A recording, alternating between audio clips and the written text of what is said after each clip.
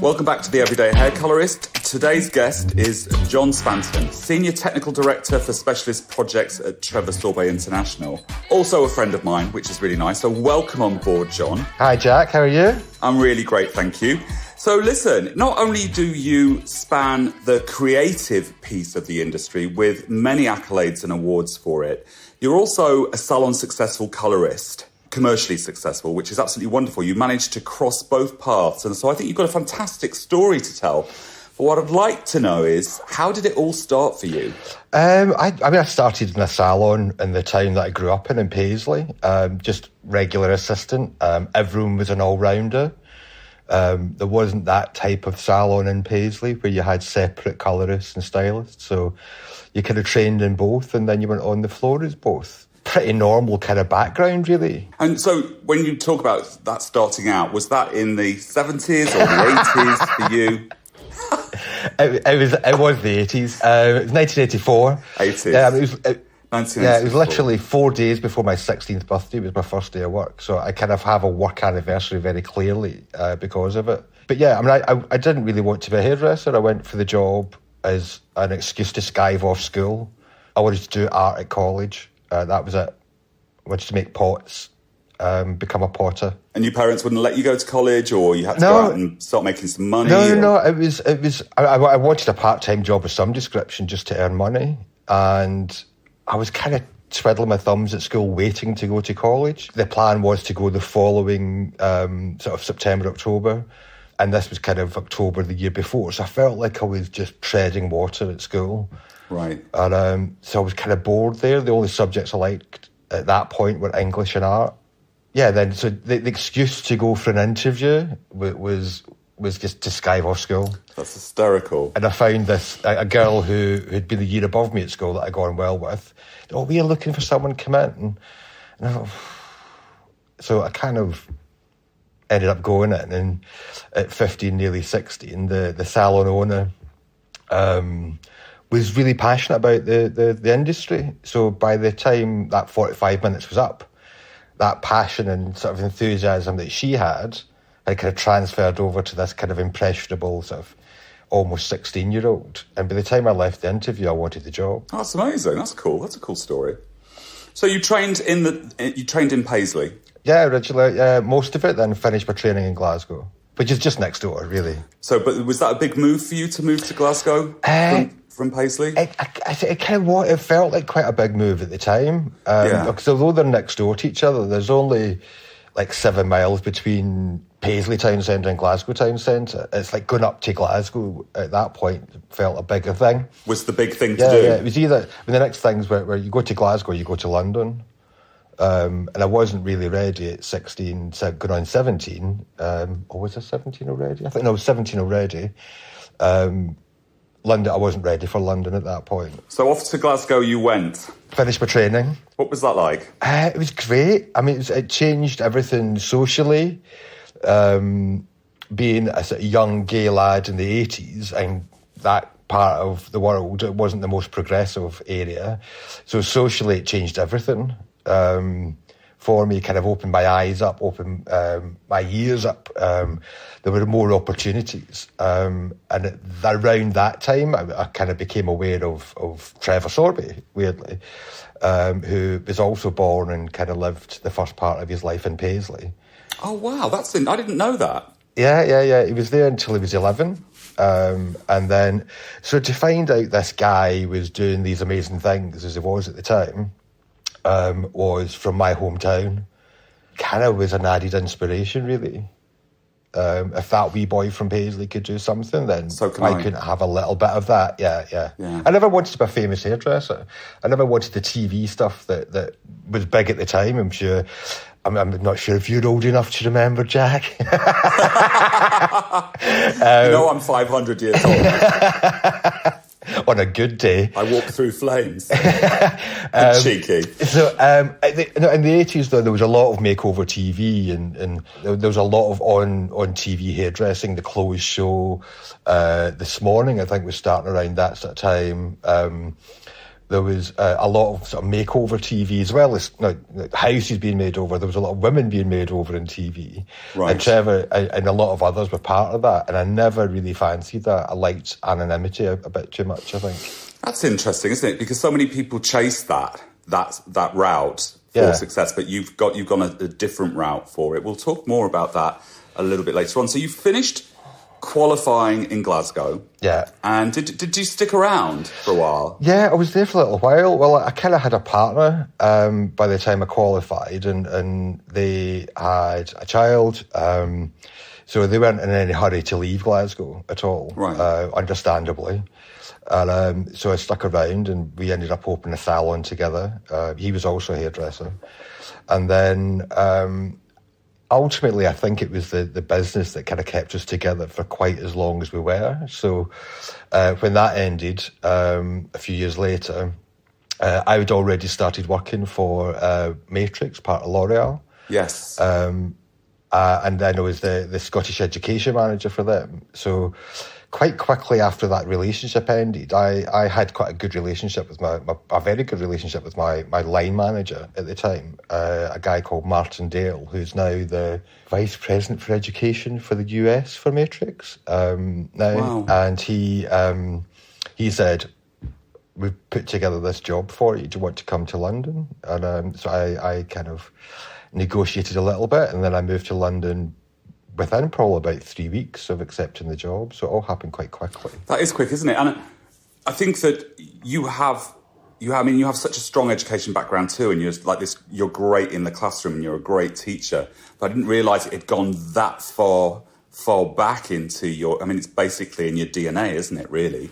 Your hairdressing DNA. The salon that I finished my training in, there wasn't a real consistent kind of set out logical plan. I was very lucky then that at that point in time, every senior member of staff had a junior member of staff to themselves. Yes, those were the days. The person that I worked with mostly took me under the wing and trained me really, really well. But also kind of gave me a bit of an interest in teaching. Right. And also kind of feeling on the other end of not having a good, strong training programme. I felt as a newly senior member of staff, I need to kind of pass on what I'd learned really quickly. So I started sort of unofficially teaching within weeks of me passing and going on the floor. So I was kind of unofficially teaching almost straight away, like the minute I qualified. Well, our industry, though, I mean, John, really, it's like if you don't share what you know with anybody, really, it seems alien to me. I think it's within our culture mostly to share what you know, isn't it? It's about where that journey can take you, because some people don't think education is just not for them, but obviously it's a deep-rooted passion of yours. I think it was just built in. It's the need to sort of take care of others, I suppose, in a way, and kind of bring out what they have already got inside them. Yeah, I think that's the other thing that I've found with some teachers, and it's kind of cropped up a little bit, I think maybe since the first lockdown as well. Some people's need to teach is more about them having a live or them having a profile or whatever. It's not about them doing a good job and passing on information. It's about them showing off. And I think teaching, and you know this as well because you do what you do incredibly well, that it's about the person you're talking to or the people that you're talking to, and them learning something. Yeah, it's not. I think I personally feel like in education that I always learn something from teaching. Without you're in a classroom and there's these amazing people that want to come and learn with you, and you actually learn things from them too. And I think that you take your ego out of it, and it's much more beneficial to everyone. Anyway. Without a doubt. I mean, I think if you consider everyone that you teach, particularly in a classroom situation where you have personal contact with them rather than at a distance through the internet or online, if you sort of see that person from a selfish point of view, you've got however many 10, 12, 15, 20 pairs of eyes and 20 different perceptions of things. And you can see that as an opportunity for you to learn from them, because they're going to look at it slightly differently. Of course they are. But they're also going to challenge you to make you teach them slightly differently, because every single person has a slightly different need. Yes, absolutely. And I think that's why online is good, but I personally think in person is even better. So I think there are different entry levels to education. Yeah. I think we'll come back to the social and the classroom stuff a little bit later on, because I think that's a great story in there and a great conversation. But I'm going to get you. You've left Glasgow, you've got a job with Matrix, and you've landed in London. How old were you? 29. 29. Okay. Yeah. What did that feel like? Well, I was newly single.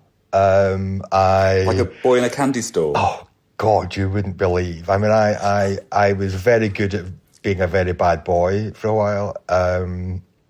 It was great fun. I mean, London's a great city. I'd already fallen in love with it.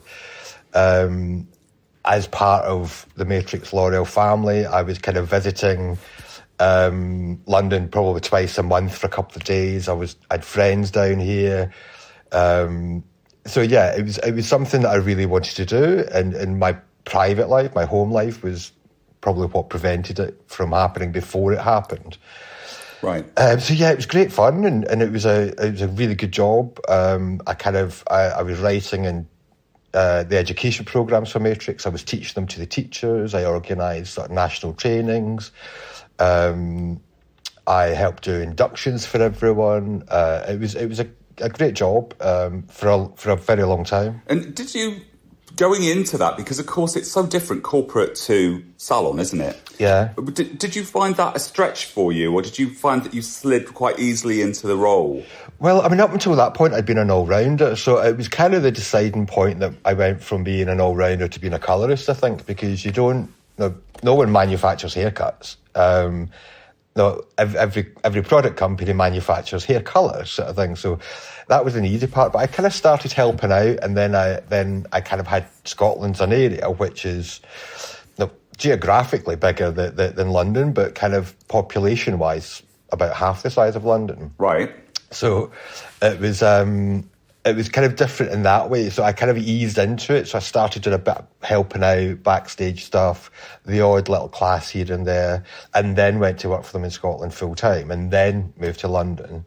So it was kind of a fairly kind of gradual sort of roll up the hill, if you like. Yeah. Very much. That was very much the way that it was, though, wasn't it? I mean, I remember when I started doing education, and it was, you were given little small roles, and then you went on to possibly a bigger role if you did well in it, and a bigger role and a bigger role, and you sort of grew slowly. And it was like going up a ski slope, really, as you sort of went up the ladder. Yeah. Whereas it's a little bit different now. Yeah, I mean, I think the training when you start with a company, because you don't go there trained, you have obviously a skill set that you bring to the party, but they have quite an in-depth induction process, because you have to know those products really well. And you have to speak about things a certain way, because you have legal requirements from a manufacturer. Yes. You've got to be using the product to the manufacturer's instructions. And as we all know, as hairdressers and colourists, there's little tweaks, little back pocket information that you can have that a manufacturer wouldn't teach you, but you know little ways here and there that you can kind of push a product, for example. Exactly. I mean, they're the ways that actually help you behind the chair in the salon, aren't they? They're the commercial pieces to it. But you can't use those. You can't use those as an educator for a manufacturer. You've got to teach to the letter. It's a really good structured way to learn to teach as well, and it teaches you a lot about you as a teacher, because you have to kind of limit yourself to a degree. Yes. So it gives you more control. Sometimes I find that could be frustrating as an educator if it has to be always to the point where sometimes it doesn't make any sense to me. But that's product companies for you. Yeah, no, I agree. I can see that. I completely agree as an educator, but I think the discipline that it taught me personally was really good for me at that point in time, though. Yeah. Oh, cool. I like that. So from Matrix, working for Matrix in London, how did you end up transitioning back into a salon, not only a salon, but, I mean, Trevor Sorbie, Common Garden. Yeah. Well, that was a bit of I intended to take some time off. It was time for me to leave L'Oreal. I was more than ready for the next role up within L'Oreal, but as you know, roles kind of within companies kind of get to a point, and the higher up you go, the narrower the opportunities are. Yes. And I'd kind of waited around for about a year and a half. Nothing was coming up. Nothing seemed as if it was in the pipeline. So I kind of left, and I was helping a friend out doing some things for their salon down the south coast for a little while, and I was kind of taking a casual approach to work for a little while. And then I thought, right, if I'm going to stay in the industry, and I kind of felt in my gut that I wanted to stay in the industry, what do I want to do? So I kind of went back to that first real inspiration was Trevor, and I thought, right, okay, I'll send my CV and see if they're looking for people. And it was the only CV that I sent out. What was it? Yeah, I didn't apply for any other job. I thought, well, see how that goes, and if that doesn't go, then I'll think of plan B. Because there wasn't any need. I'd sold a property, I'd kind of had a little bit of cash to kind of live on, yes. And I wasn't any kind of major need to kind of get a job. And then they get back to me really quickly. I mean, like I said, I weirdly, I don't know why, but I faxed my CV in. For those of you that don't know what a fax is. That's classic, John. Just Google facsimile. So then I got a phone call, and I was actually in the bath when the phone went. And so I was sat really still in the bath, trying not to make any splashy noises. And then I think that was on the Monday. I had like a proper interview the Tuesday, did my trade test on the Thursday. So it's 5 models in a trade test. It's quite a lot to get together. That's pretty intense. And then they offered me a Vardrum position. They offered me the job, but obviously you have to Vard it for however many weeks, and then do a final test before you actually have a job. Yeah. But that went really quickly. I did my final test after 3 weeks. The usual at that point was kind of 6 as a minimum, I think. That's determination for you, yeah? Stubbornness, yeah, probably. But also, I think because I came from such a strong education background, I was also really open to learning as well. Yeah. And at that point, I think, what was I, 34, I think? So I'd kind of been around for a while. I kind of got over any ego that I might have had about who I thought I might be or whatever. Yeah. I just wanted to be the best I could be. So this was for me the way to do that. Doing a trade test can be quite a humbling and nervous experience, especially as you get older too, because you sort of think you've got it all in the bag, and then you've got to suddenly perform again for not a client's expectation, but for another technician's expectation. Yeah. We get very used to we get very used to people not checking our work. Yes. And then to kind of lay yourself bare like that, does feel a little vulnerable, I think, for a lot of people. And the older you get, probably more so. Yeah, I think so. Because the people taking my test were younger than me as well. And checking your work. Yeah. So you just have to get over yourself for it, though. If you want something, I definitely think that's the whole way of it. If you want something bad enough, you need to get over yourself. Yeah. But this stubbornness and this determination is something that runs throughout your career, isn't it? This is something that you sort of speak to in your resume. Yeah. I mean, I think it is stubbornness, determination to do well. I mean, I without sort of playing any sort of violins, we were pretty poor growing up. It was a life of hand-me-down clothes, and it wasn't we didn't have holidays unless we might have had a few days in a caravan holiday in Scotland, or a sort of damp seaside holiday flat for a couple of days. But we didn't have a lot at all.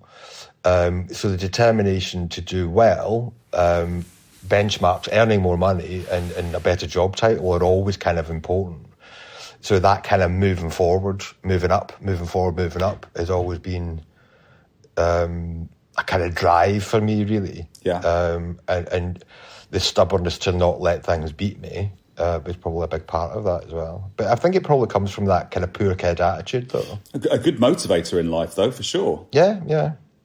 But I think, I often find as well, people that move away from where they're from are more determined than maybe the siblings or their peers, because they kind of feel a need to prove that, look, I've done this move, made this change, and look, I've done okay at it. I think that's important. I certainly did it for me, because I didn't want to go back with my tail between my legs saying that I've gone to London, I've gone to America. I was like, there's no way I can fail at this. Yeah, exactly. So I think that's definitely a motivator for a lot of us. So, John, how many years have you worked for Trevor Sorbie? We are coming up to 17 in February. So, yeah, quite a long time now. That's a good time. That's a good time. But you started off obviously being colourist. Yeah. When you pass your test, you're kind of given one of two options, really. You're either a technician or a senior technician. You can't be any higher. Right. So I started as a senior technician. Of course you did. Shortly after. Of course you did. But very shortly after that, I moved to the Brighton salon. I was there for about 4 years. Then back in Covent Garden after Trevor had asked me to help set up and run the salon in Manchester when it opened. Right. So I was back in Covent Garden for a while, and then doing the staff training, doing client days and so on. And then was up in Manchester for 3 years, and I've been back in Covent Garden now just over 9 years. I think it could be 9 or 10 years, definitely, because that's when we met. Well, we first met online, really, on Twitter. Yeah. To make sure that we're quite clear on that. Yeah, exactly. Yeah. A different time. Yeah, so we first sort of chatted on Twitter, and I was still in Manchester, which I think was probably about 10 years ago. Yeah. But I think it was 2011 I came back to London. So we'd been talking probably for about a year by that point, I think, because you were back and making such a splash in the UK. I can't remember how, it was definitely me that kind of reached out to you, because you would have no clue who I was. You were one of the first people to actually meet me at events and be really nice to me and just, and help me out. And you always sort of like, come along to this, come along to that. I mean, you were at all those events, and of course I didn't know anybody, and you introduced me to absolutely everyone. And now you're just a centre of attention everywhere you go. No, John, that's you. That's you. You know it is. You're always teasing me something rotten, that's for sure. I think the thing is, so one, I think you like it. But two, I think there's a reverence around Jack Howard, this kind of almost mythical figure, king of balayage. Oh, stop.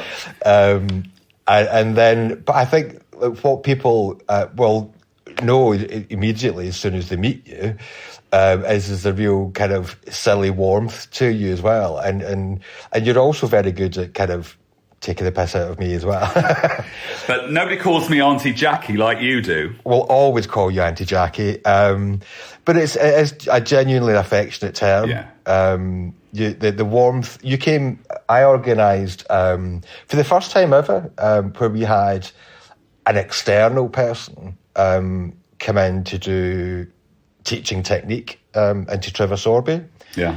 And I organised for you to come in and do 2 different teaching sessions with all the colourists. We brought people down from Manchester.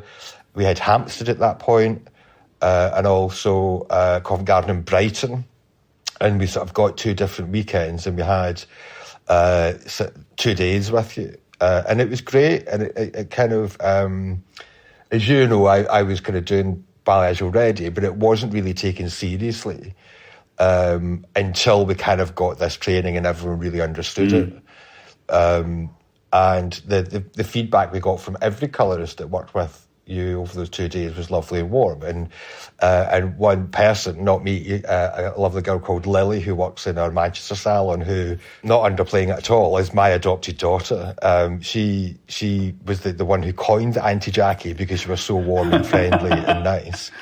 And it's kind of stuck ever since. I think that's the interesting piece about that is, though, that you wanted to bring somebody else in who wasn't in the company, so that your search for education that resonated with the work that you were doing in the salon sort of still continued once you were on the floor. Yeah. I mean, there's a piece, but we were working together at Colour World this year, which of course was a very different experience to how it normally was. And you were doing a presentation with this, with a foiling technique to create a feel of balayage in it.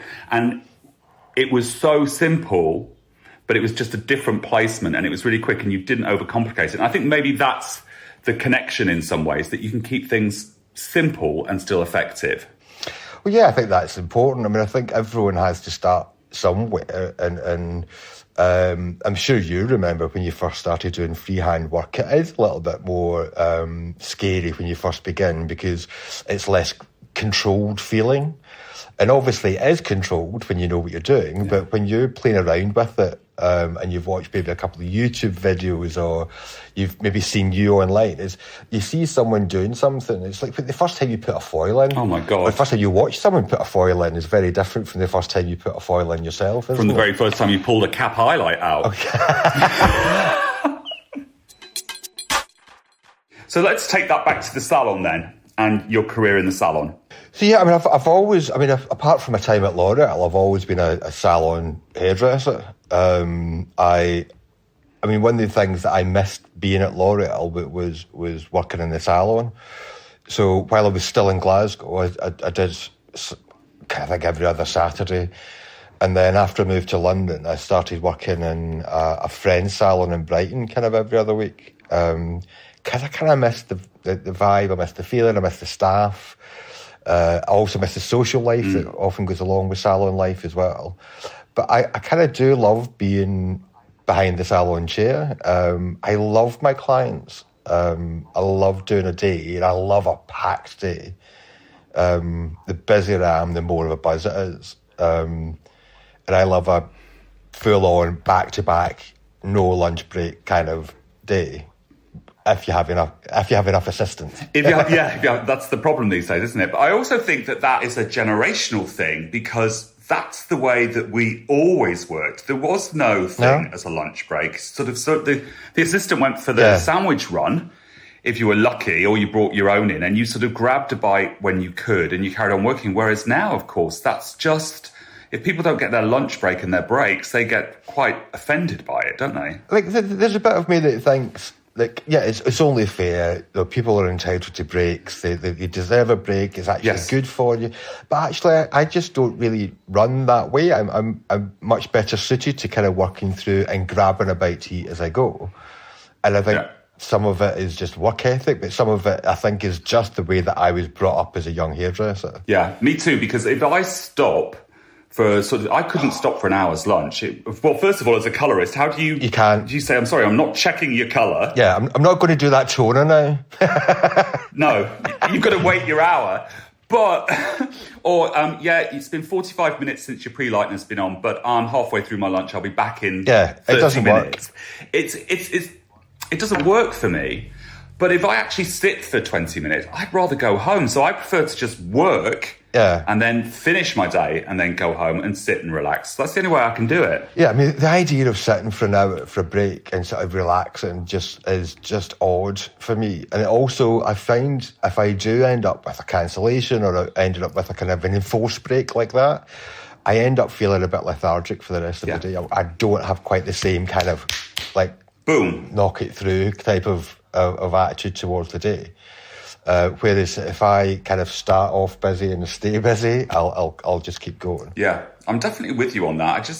And I also kind of think, if I'm sat around doing nothing, I'm not really being paid for that. And I'd rather not be paid sat on my sofa, doing whatever I want to do. But at work, I want to generate money. Yeah, but I don't find the work environment really the right place to be relaxed. No. Do you know what I mean? I can do literally sod all at home for hours and hours quite happily, but the idea of doing nothing at work is just, I get itchy. Yeah. So I tend to kind of move around, like reception, have a chat to them, eventually start to get annoying, then move to someone else, start to do the same with them. And so I tend to find myself kind of floating around. And then as a smoker, I kind of tend to smoke far too much when I'm not busy, because it's just something to fill the time. Yeah, I don't want ever to not be busy on the salon floor. Yeah. I like it. I do love the buzz. I love the camaraderie and everything from it. And I think as an educator, I don't know about you, but as an educator, for me, it's really important to listen to what women are saying when they come into the salon, because those women are saying that to all the hairdressers, and they're the ways in which you can relate back to a hairdresser. I think it's important to kind of do the real job. Yes. As an educator, there's an authenticity that it brings to you as an educator if you're still doing the same job as the people that you teach. Yeah. But my main job at Trevor Sorbie, and the main job of everyone at Trevor Sorbie, is on the salon floor. There's no one who does a creative job or an educator job and just does a little bit of time or no time in the salon floor. I know there are other companies that where that happens. Have that. Yeah. And everyone who works for us, apart from a few managers and reception team, are on the salon floor. You put money in the till. Yeah. Whatever job you have. I like that. And I think that's important. I do. Because it's the reason for our being. Otherwise, I'm just a slightly overweight homosexual with a tint brush. Do you know what I mean? At least it's what you bought from me. Of course. But do you know what I mean? But there's no point in my existence as a colourist if I don't have clients. Yeah. So I mean, I understand people who just do session work and they just do editorials and magazines and whatever. But I think there's something even for them that is beneficial for keeping some time in the salon floor. If it's a day a month or whatever, it doesn't really matter. Yeah. But I think having the real job is really valuable. I'm with you on that, John. I think that anyone that's out there, you know, even if they're doing editorial or session or anything, if you're going to relate it back to the consumer market, you need to be listening to what women are talking about, even if it's just for that inspiration and to keep you going and keeping it real. Yeah, I think so. I mean, I think I genuinely care about my clients a lot. I missed them during the first lockdown. I'm now that we're 2 weeks into the second one, beginning to kind of miss a few clients and so on. But I like that social side of the job and the relationship I have with my clients. I mean, you know, we have 40-odd staff in the Covent Garden salon. You can go most of the day without seeing some other people, different floors, different parts of the salon.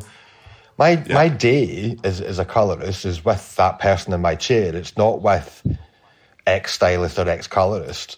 It's actually with the client, and that's the real job, I think, is and those relationships that you build. I see some of those people more than I see my own family, and know them probably slightly better for that reason. Yeah, I sometimes people that in the teams that I've worked in can find me difficult. Not that you'd ever know that about me, but because my center focus from the minute I enter the salon until the time I leave is my client, her experience, her feeling about everything, and that's my focus. And you can go all day without seeing anyone. Yeah. But seeing clients, I mean, it's just the reality. Yeah, I mean, it's the same for me. I mean, it is about me and my client for the time that they're in the salon. And if they've had to wait for something or whatever, I can get a little annoyed. I mean, I'm not an angry person. I don't go about sort of demanding and shouting or anything like that. But I do get upset if my client is paying a premium price for what we offer, and they have to wait for an assistant, or they have to wait for a drink, or I haven't been told that they're in, or et cetera, et cetera. Yeah. So those things upset me too. They really upset me. I don't go about raging about it, but I will make sure that people know that this is what I need and this is what I expect to happen. I think people sometimes think I'm raging, and I'm being as calm as possibly can be, because inside I'm absolutely raging. Yeah. But I think the other thing for me is, I think if I was to kind of get to that point of getting upset verbally, visually, whatever, that would then kind of be picked up with the client, and that's kind of the exact opposite of what I want to happen. I want that client to come in and feel relaxed, and you know me well enough to know that the type of relationship I have with my client is professional, but it is also slightly irreverent as well. I mean, I have some very random kind of odd conversations with clients sometimes, because I'm quite happy to kind of have a laugh at their expense, but I'm also quite happy for them to have a laugh at my expense as well. It's called a relationship. Yeah, but it's kind of who I am, kind of thing. So you build a clientele like you build a circle of friends, I think. You gather around those that you like and they like you. As well as hopefully like your work. Well, we do hope they like our work too.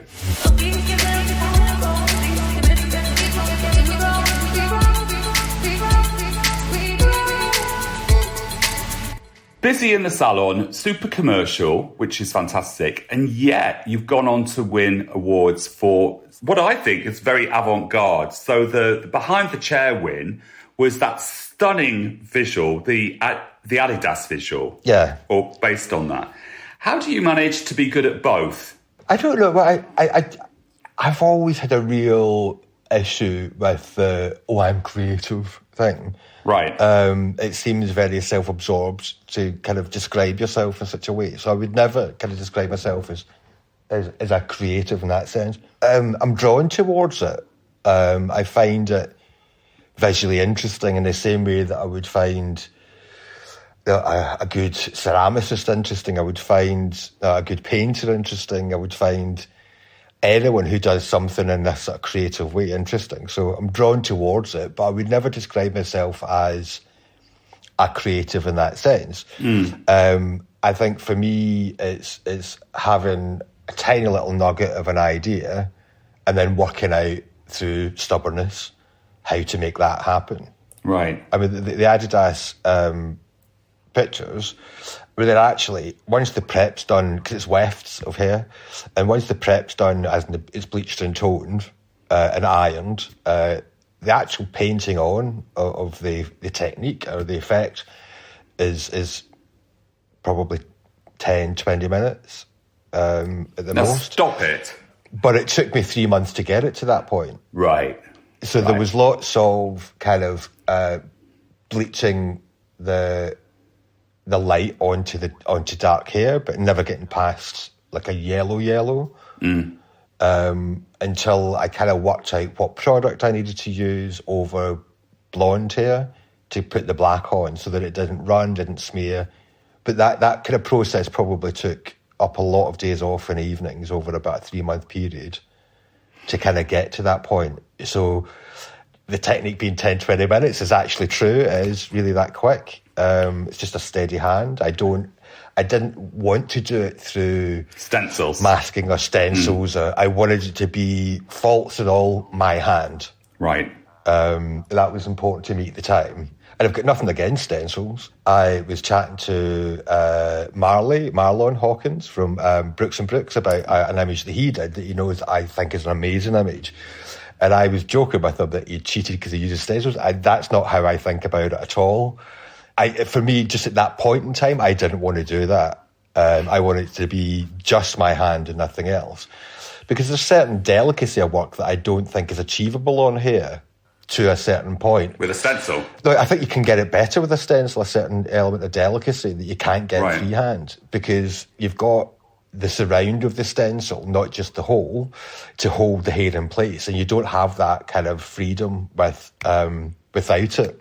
Right. So to do something freehand, you don't get those fine lines quite in the same way that he got in the image that is a really beautiful image. If you look at Marlon's page, it's a sort of like a lilac-y background with white lines on it. Right. And I know some of the stuff that he did was freehand, some of it was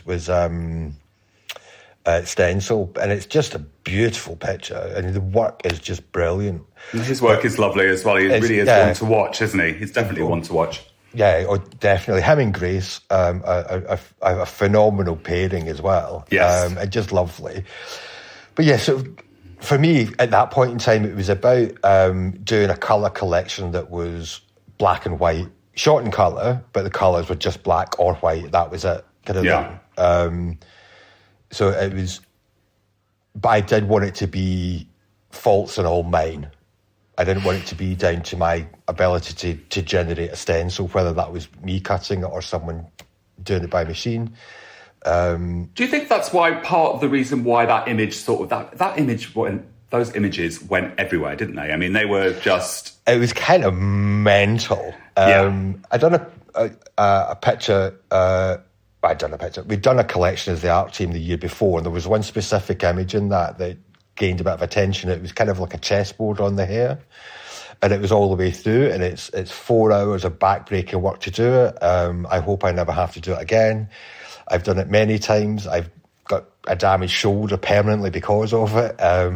But that was kind of the start of it. Hair Club Live used to have a monthly competition at the time. Yes. So I won the monthly one, then I won the image of the year, effectively. And alongside that was a prize, and you had a stylist, a makeup artist, and a photographer, Chris Bezulik. God, he's going to kill me because I've probably got his name wrong. Bezulik. Anyway, Chris, he's lovely, really good guy. And I then had budget, if you like, to do my own collection or shoot. And Chris just got what I wanted to do, that I had this black and white thing in my head. And he was really supportive and has remained really supportive of it, as kind of been ridiculously generous and sort of free usage for the images and so on.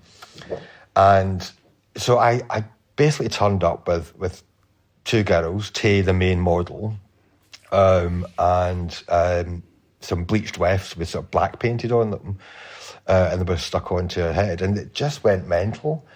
So we launched it at Colour World that year, but until that point we had a taster image, and it was the two girls in the Adidas picture.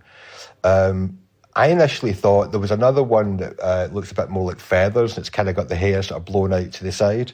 And we thought that was the one that was going to sort of, if anything, might have kind of got picked up by trade press and so on. But it was the Adidas with the two girls that kind of just went mental. So I wasn't feeling very well the day that we put the picture out. Right. And it was also the last day that we could put the entries in with the hashtag for the behind the chair entries. So it was the last day of their entries that that picture was going out. And we changed it at the last minute because we just thought it was kind of more intriguing as an image. Like, you'd wonder how it was done more than the other one. And so I wasn't feeling very well. I'd been at the chiropractor, and I ended up having to stop him because I felt really queasy. And it was just getting worse during having my neck cracked and so on. And I had to, I left the chiropractor and my phone was going mad at the time it was getting reposted and how many likes that were on there. And I'd never had that before. And I ended up having to sit kind of at a bus stop kind of thing because it was a really hot day in May. I was feeling really like I was going to throw up sick. I'd just beat the chiropractor and I'm sat there and I was having this amazing thing happen that everyone was liking this image. And then, meanwhile, feeling really queasy and kind of unwell. I had to sit there for about 10 minutes before I could walk back home again. But yeah, it kind of went mad. I mean, it was picked up kind of all over the world. It was kind of covers in Russia, Scandinavia, Australia, China. It went mental. Boom. Yeah, it went mental. And then I won International Creative Colour Award for Behind the Chair. Which is phenomenal. Yeah, it was great. Yeah. And Mary, I mean, you've met Mary, she's great, isn't she?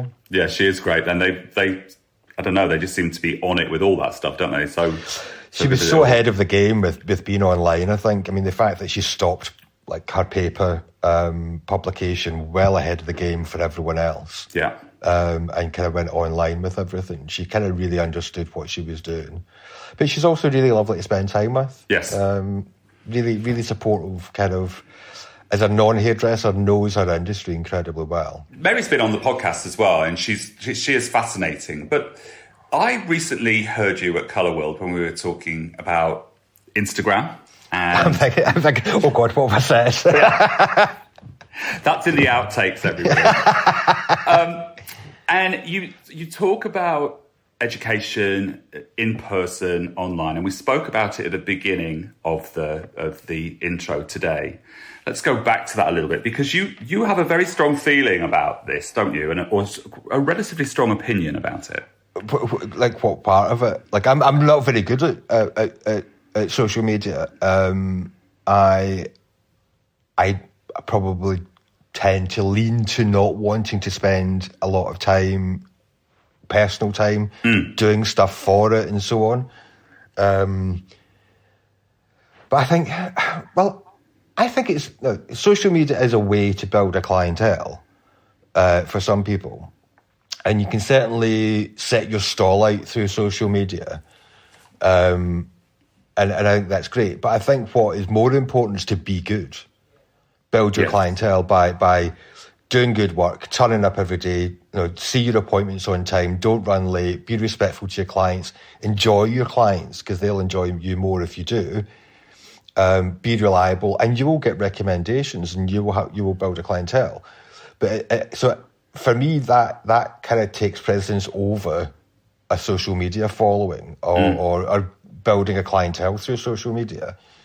It is important, and there are people who've done incredibly well out of social media, and it's kind of been the downfall of some people, I think, and I think it's a double-edged sword. I think if you live your life on social media, you can expect to die your death on social media, potentially.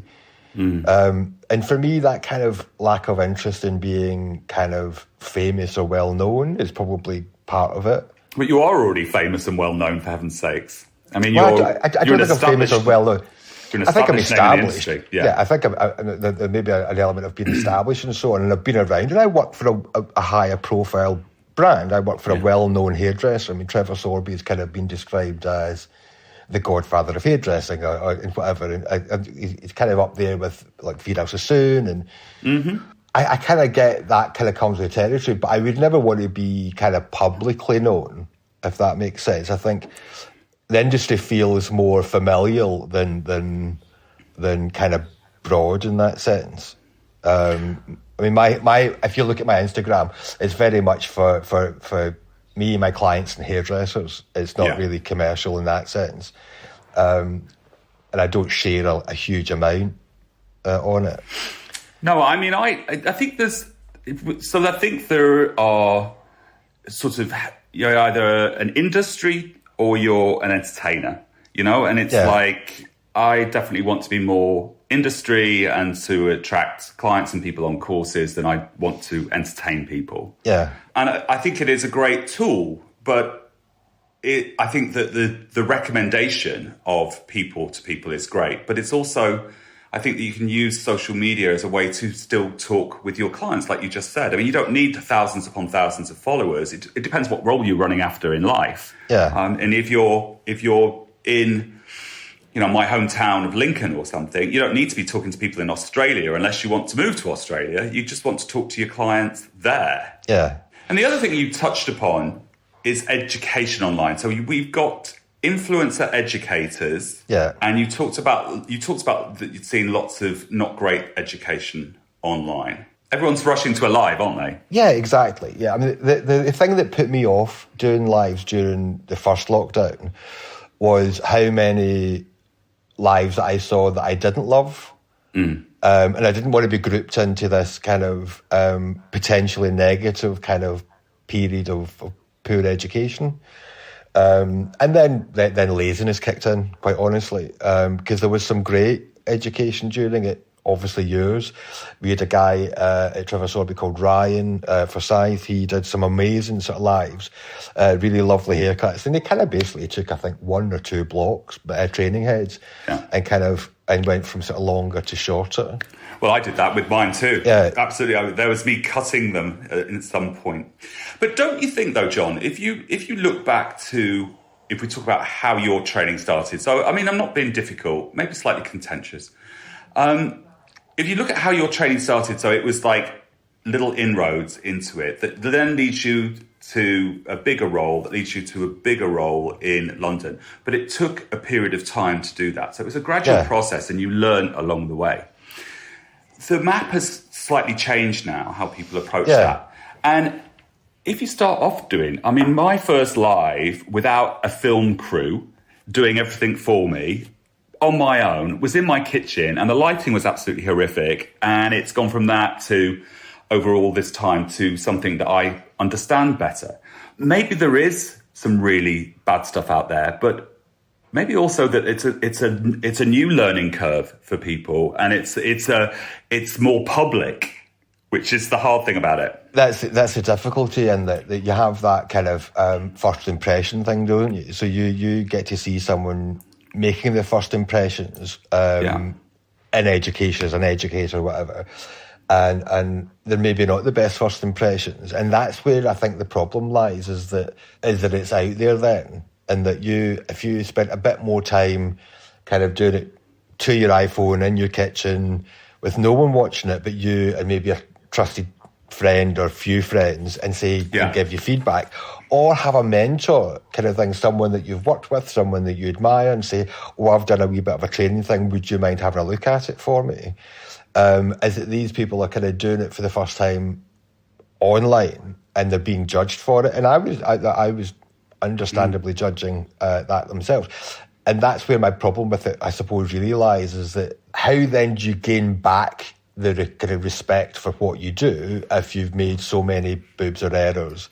And there's only so much but he's lovely that you'll get away with. Do you know what I mean? I do. Especially if you're going to start charging for that education as well. Yeah, for me, I think if you've not done any real strong online education or any strong education, I don't think you should be charging for it. I think you should be using it as a learning curve. That's my personal opinion. And I think that what you say is very insightful, because my friend in New York and I, we constantly check each other to make sure that the lighting's right, and that this, even last night she went, raise the doll head right on my live, and I was like, raise the doll head. But you can't do it all on your own. You need the guidance. And I think that because of our backgrounds in real education, because my first education day, I nearly wet myself on stage. I was so horrified I couldn't move or talk. But so nervous like that. Yeah, wanting to vomit, with three people in the audience. But of course, I've learned how to command a room and talk to a room and talk to people through that. And so for me to transfer it on an Instagram Live has been much easier. It's just about finding the right lighting and all those things. But this is the new way. Yeah, no, I get that. I think I want to see you online. Oh, do you? Yeah. Just go to www. Not of a fans page. I want to see you online teaching. No one needs to see that nonsense. I absolutely agree with you. Thanks. No, the thing is, I do think, should I do something? Then I don't. Then I kind of keep going up and down on it as to what to do, because the things that I kind of probably do the most of is commercial work, and it's kind of not what I put myself out for, such in social media, for example. I do a lot of foiling, I do a lot of balayage, and then there's an element of kind of being a small voice amongst many, and why would you listen to this as opposed to someone else, I suppose. So, I've never really felt a great urge to rush towards it, I don't think. But maybe, you never know. Well, I'd like to see a little bit of that determination on that and see you on live. Maybe we should do something together, Auntie Jackie. Auntie Jackie. I might take you up on that, John Spanton. I could teach you some balayage. I'm sure you can teach me a few things. Me being a shy country boy and all that. Exactly, yeah. Exactly. John, I'd like to thank you so much for coming on today, and not only great laughs, but great insight too. Thanks so much. It's been an absolute pleasure. I've really enjoyed it. Good stuff. Thank you very much indeed. If you want to follow John on Instagram, he's John Spanton Hair. So I hope you enjoyed this podcast as much as I did making it for you. Don't forget to subscribe on your channel that you download your podcasts from. iTunes is my favourite, but I know there are others out there. And also, if you want to follow me on stories on Instagram, it's Jack Howard Colour, COLOR, the American way, not the English way. And on Facebook, it's Jack Howard Colour, COLOR.